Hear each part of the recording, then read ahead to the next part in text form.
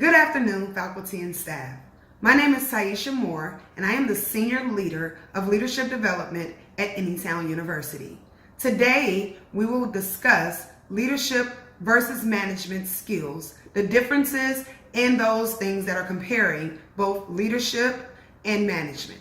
Leadership and management are both unique roles with different goals and responsibilities to help an organization to accomplish its task. Both of these roles are very unique in the fact that they have different traits that are helpful to the structuring of an organizational system. Organizations consist of leaders and managers, which are often not the same person. The structure of an organization might have a hierarchy system where leaders are those that are creating the vision and the mission for the organization, and managers are in place to supervise the employees to help guide them in accomplishing the tasks needed to support the vision and the mission of the business. Leadership is very different in many regards because leaders are in place to create the direction and to influence the culture of an organization. Managers are those who push and encourage their team members to get the job done. Management is often efficient because the individual is in place to help to create a team, support that team by providing resources, and ultimately bring the best reputation to the business. Leaders may take on the role as managers, and we will discuss this a little bit later, but right now it's very important to understand that leaders differ from managers in a business structure because each person has unique roles to help to undergird and support the efforts of the business. Successful leaders can influence a team in a positive direction by applying various attributes such as values, ethics, knowledge, character, and persuasiveness. Conventional ideas used to say that leaders are born, but individuals can acquire knowledge, gain character, and develop a sense of ethics and change their values, identifying the change in mindset that leadership is often innate, but that leadership can also be learned through training. People can learn to be persuasive, work well in group settings, delegate responsibilities, and many other traits that help to be an effective leader.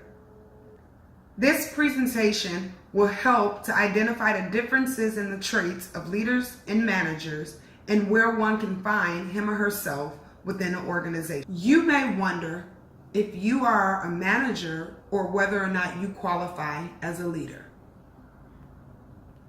Too often the two words are used interchangeably. However, there are many differences between what equates as a leader and what equates as a manager. Each requires very different traits as well as unique talents. As each of you discover your unique talents, it will help to build self-confidence and insight so that you become aware of your weaker areas. The result is a greater impact and effectiveness when dealing with others while running your organization. First, let's consider the various styles of leaders versus managers. Managers focus heavily on providing a rationale, team, and maintain a level of control over the course of events. They tend to be effective problem solvers. Managers place a great deal of value on their ability to focus and the ability to help others to focus. They also help with developing goals, ensuring a proper amount of resources, creating efficient organization structures, and pulling the most out of their employees. Managers are often the person that asks the questions, what problems need to be solved, and what goals do I need in order to accomplish this task? What steps should I be taking in order to make sure that this plan works? They are persistent, they're hardworking, smart, process-oriented, and they care about their workers as well as the customers. Leaders are a more rare breed when comparing leaders to managers. Leaders are more likely to be perceived as highly intelligent and highly self-disciplined. Leaders are not interested in the control of others. They are constantly moving and thinking ahead and planning for future circumstances. Leaders are considered creative, passionate, and more than willing to take risks. Some risks that managers often may have a hard time in following or taking on. It's also important to understand that leaders and managers often have different attitudes toward achieving goals. Managers are often demonstrating more passive attitudes and are likely to be more reluctant toward goals that they have to achieve. They look at goals as a duty as opposed to a desire. If an organization's leaders does not create goal setting as a culture for the business, then managers may not create goals or develop goals or work to accomplish those goals. They're more or less unlikely to make that investment. Leaders, however, understand the true value of goal setting.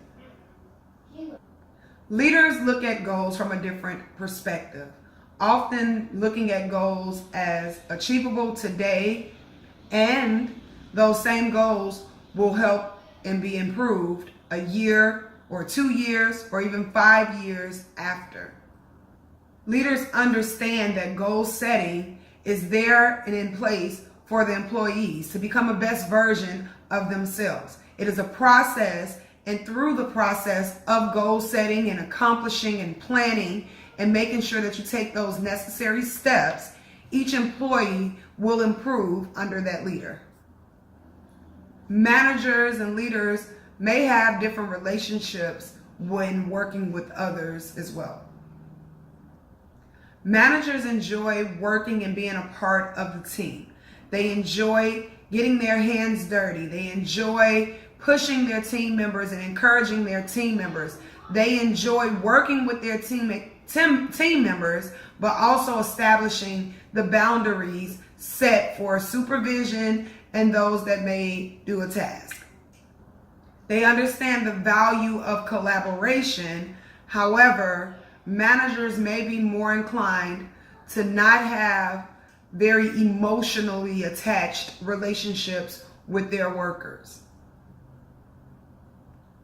Leaders maintain a higher level of self-awareness, but also they maintain a strong interpersonal relationship with their employees. I believe that the best leader are often those who study leadership, who actively seeks out ways and trainings to improve on their leadership skills. Leaders should always want to improve because they know that if they are improving, then those that are working under them or those that are working by their side will improve as well. Leaders are often very observant of others to kind of determine where the weaknesses may exist so that they can influence and build upon their strengths. Leaders are always looking for win-win type scenarios. So therefore, the relationships that they create are extremely key in improving their team, improving their business, and accomplishing their goals, and ultimately supporting the vision and mission of the organization. As a manager, you're responsible for the actual running and day-to-day tasks within the organization. This role emphasizes that the exact structuring and functions of the organization are in place and exactly where they need to be. In an ideal situation, a manager is not going to be on scene all the time. They're not micromanagers, and if they are not around, their presence is often felt for the things that are required of the employees, when they are away. Ultimately, they work behind the scenes to ensure that everything within the organization runs smoothly. In this way, managers are necessary in making sure that everyone within the organization knows what needs to be done and setting objectives in place to accomplish the goals that the leaders have before us. Managers and leaders have different strengths and weaknesses. Where in the past the two could be kept separately, in our companies and organization structures today, it is important that both work hand in hand or interchangeably. In order to truly get the most out of your company, employing both or knowing when to use leaders versus management skills can be instrumental in your business's success. Think of the two as follows. A manager is often the head of an operation, and a leader is normally the heart of the operation. A successful organization's leader must know how to be both a leader and a manager to get their team on board to follow them to their vision of success. Leaders are always seeking to find intrinsic motivation for employees, for their partners, so that everyone can work together to accomplish the vision of the company. Although leaders and managers can often be different people, if a person who is a leader is also a manager, that serves as a strength in many ways. A leader must be able to develop management skills so that they may lead their team, so that they may encourage their team, so that they know exactly what skill sets that they have within their teams, and so that they can push each of those strengths to become better and pull those weaknesses into strengths. A leader who can also be a manager is very strong in many regards because they may possess some of the skills that are necessary to help to build their team, to push their team, to encourage different employees to work to their highest capabilities, as well as having to get their hands dirty in many regards when there may be certain team members who are not strong in different areas.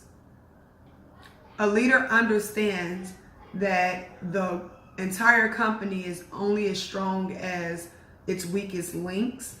So therefore, we work together to improve on the weak areas and build those individuals up so that everyone is winning.